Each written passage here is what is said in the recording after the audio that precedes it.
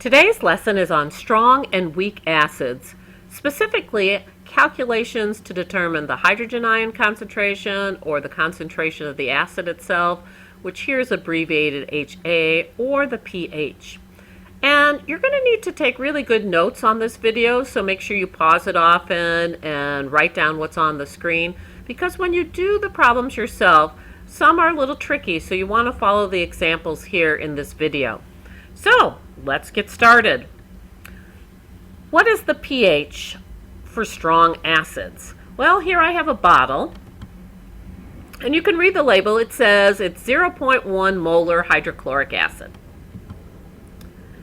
But you know that hydrochloric acid actually breaks apart. So it is not in the form of HCl because it's a strong acid. Instead of being HCl, it's broken. And because it's a strong acid, it's about 100% dissociated. Now, we saw this video in class, and I'm going to show it to you again to remind you that HCl is broken apart. Hydrochloric acid is a strong acid. Strong acids are strong electrolytes, which for most purposes are assumed to ionize completely in water. In this case, HCl ionizes completely to hydrogen ions, H+, and chloride ions. The reaction is better represented as hydrochloric acid donating an H+ to water, producing hydronium ion H3O+, and chloride ion. So let's look at this. Here, H and Cl- are broken apart. We started with all hydrogen chloride pumped in as a gas. It has dissociated, and now we just have H+ and Cl-. And we can represent that as this equation. HCl breaks apart to H+ and Cl-. And notice we have an arrow just going one way because virtually all of it breaks apart. So what do we have initially as it goes into solution? It starts off as hydrogen chloride gas. And initially it was at a 0.1 moles per liter pumped into this. And so we didn't have any hydrogen and any chloride ions. But it doesn't take very long at all for that to change and break apart. So when it's done breaking apart or dissociating, we don't have any HCl left, so I have a 0 here. And all of this has gone to 0.1 H+ and 0.1 Cl-. And so now we go back to the question, what is the pH? Well, if the HCl was 0.1 molar, I know the H+ now is also 0.1 molar, because look at this equation. For every one HCl that breaks apart, I get one H+ and one Cl-. So I would get, for every liter, 0.1 moles break apart, I get 0.1 moles of this and 0.1 moles of this. So H+ is 0.1 molar. So pH equals the negative log of that, and that gives me an answer of 1. So what is the pH of a 0.1 molar HCl solution? It is 1. But what about the pH of a weak acid? It's a little bit more complicated, so take really good notes here. So here I have a different bottle. This time I have a bottle of hydrogen fluoride. And I wouldn't really want to have it in glass because it etches glass. And if I read the label, it says 0.1 molar hydrofluoric acid. But HF will partially dissociate. And once again, we saw that in the video, so let's look one more time at the video that we saw in class. Except this time, we're going to look at hydrofluoric acid. Weak acids are weak electrolytes, which only ionize to a limited extent in water. At equilibrium, a hydrofluoric acid solution contains mostly non-ionized acid molecules, HF, and a small amount of hydrogen ions, H+, and the conjugate base ions, F-. So here in this animation, you see most of the molecules are combined as HF. Only one in this is broken apart. And that's represented in this diagram over here. Most of it remains combined as HF, and only a little bit is broken apart into H+ and F-. So let's go back to an equation to represent that. Now we have HF breaking apart to H+ and F-, but it also recombines to form hydrogen fluoride or hydrofluoric acid. So this is only partially dissociated. So the equation and the problems become a little bit more complicated. So if initially I had 0.1 molar HF and it started to break apart, some would recombine. But initially, none of it would be broken apart, so we have 0.1 and 0 for the concentrations of HF, H plus, and F minus. But how much breaks apart? Well, I don't know. So what am I going to do to solve this problem, because I don't know how much H plus breaks apart? Well, in math, when you don't know how much, you use X. So let's use X here. So if I don't know how much breaks apart, I'm going to give it a symbol of X. So if X breaks apart, I am now going to look at the change. So I'm going to have minus X of these things will break apart. So we're going to lose some of these. And then for every one of these that breaks apart, I get one of these and one of these. And since it's not one, it's for every X of these that break apart, I get X of these and X of these. And this is what the change is. So what happens at equilibrium? Well, if this is the change, how much breaks apart, then what's the equilibrium concentrations? Well, if you have 0.1 and X of it broke apart, then you have at equilibrium 0.1 minus X. And if you started with 0 but made X, then the final equilibrium is X. And if you started with 0 and made X, you have X here. This is often called an ice chart, because you start with the initial conditions where it's all the acid, you figure out how much changed, and the equilibrium is the start plus or minus the change. So this is what we have at equilibrium. I can take this situation now and put it into a equilibrium expression. And equilibrium expressions for acids are called Ka, and the A stands for acid.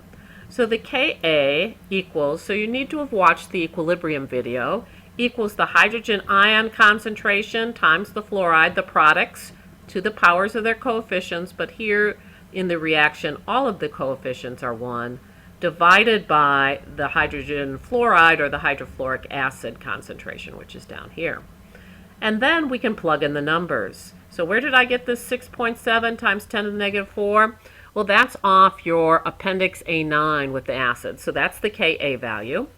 I don't know H plus or F minus. Their X times X is X squared, and the HF is 0.1 minus X. So now I have something I can solve for to find out the hydrogen ion concentration. So now I just have to solve for X. So here are some calculations for that weak acid. We start with the equation we had on the previous slide, 6.7 times 10 to the negative 4th, which is the Ka value off the chart, X squared over 0.1 minus X. Now I have a very important question. Do you love significant figures? Well, I love significant figures. I hope you do too. Because if you don't, then this is a quadratic equation and you need to solve for X. So that's an X squared and an X, so hopefully you know how to plug it into your TI Inspire to solve. But if you love significant figures than I do, then you might know that this is a small number. And if this is a fraction with a small number, then the numerator has to be pretty small compared to the denominator. If that is the case, this X value is very, very small. So 0.1 minus a very small number is still what? It is still 0.1. So what can I do with this X value? I can get rid of it and simplify the equation to this.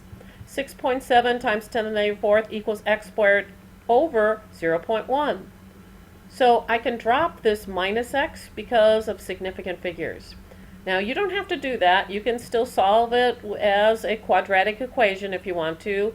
Plug the values into your TI Inspire and get a value. And if you do love significant figures, you can drop the minus X and it becomes this equation. Now I can just solve for X squared, which is simple on the calculator, the square root of that. And I get an answer of X equals 0.0082 molar, which equals the hydrogen ion concentration. And this really should have a capital M by it. And to get the pH, I'm going to take the negative log of that number. So I get 2.09. Now, if you remember, the pH of the hydrogen chloride or the hydrochloric acid was 1 for the same concentration. And here we have a weak acid. This specific one, hydrogen fluoride, hydrofluoric acid, is 2.09.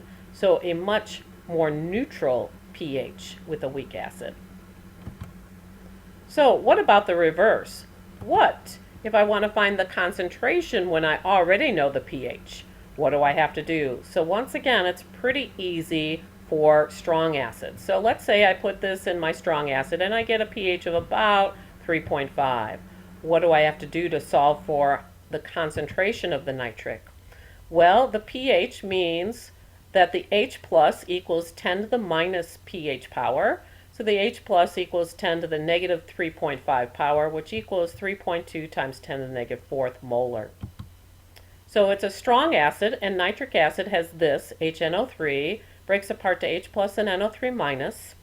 And since it's a strong acid, all of it is going to break apart. So if I know the final concentration of the hydrogen ions is 3.2 times 10 to the negative 4th, I also know the concentration initially, which had to also be 3.2 times 10 to the negative 4th, because all of this breaks apart, and for every one of these that I obtained, I must have broken apart one of these.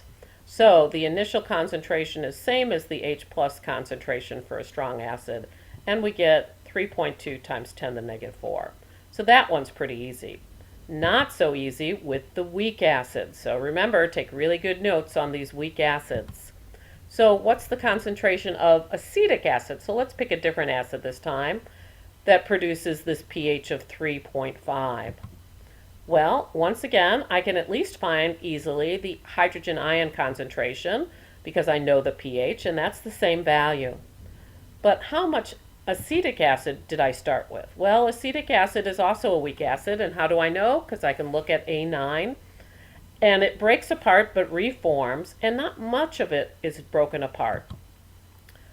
But I don't know how much I started with, so just like before, if I don't know something, I'm going to use X as my unknown. So I don't know how much I started with. Initially, I would have nothing broken apart, but very quickly, I have amount broken apart. How much broken apart? Well, at the end, I know that I have 3.2 times 10 to the negative 4th because I just calculated it. That's the end, the equilibrium value. Once again, this is called an ice chart, initial change equilibrium. So if I know this value, I also know this value because every one of these, I got one of these and one of these, right? Which means if I went from 0 to 3.2 times 10 to the negative 4th and 0 to 3.2 times 10 to the negative 4th, I had to add 3.2 times 10 to the negative 4th. Well, if I had to add that, where did it come from? It had to come from here. So 3.2 times 10 to the negative 4th must have broken apart. So what is this at equilibrium? Well, X and the change is minus 3.2 times 10 to the negative 4th. That must be the equilibrium concentration. What I started with minus how much broke apart. So now I just plug this into my Ka equation. So here's the generic Ka. Where did I get this number? That's off Appendix A9. I plug in my values. Both of the H plus and the acetate ion were 3.2 times 10 to the negative 4th, so I square that. On the bottom, I have X minus 3.2 times 10 to the negative 4th. And you plug those all numbers in your calculator and you rearrange them and you get X equals 6.0 times 10 to the negative 3rd. So, hopefully you took really good notes and you can watch this again if you need to. Here's a recap. Determine first if it's a strong or weak acid. If it's a strong acid, you got a simple problem. It's going to dissociate 100%. The initial concentration of the acid is also going to equal the concentration of the hydrogen ions. If it's a weak acid, it's a lot more complicated because it's partially dissociated. Initial concentration does not equal the concentration of the hydrogen ion. How do I find it? You make an ice chart, use X for unknowns, and you solve using Ka. So go back and look at that again, especially while you're doing the problems yourself. So if you have questions, don't forget, you can ask me in class. Thanks for listening.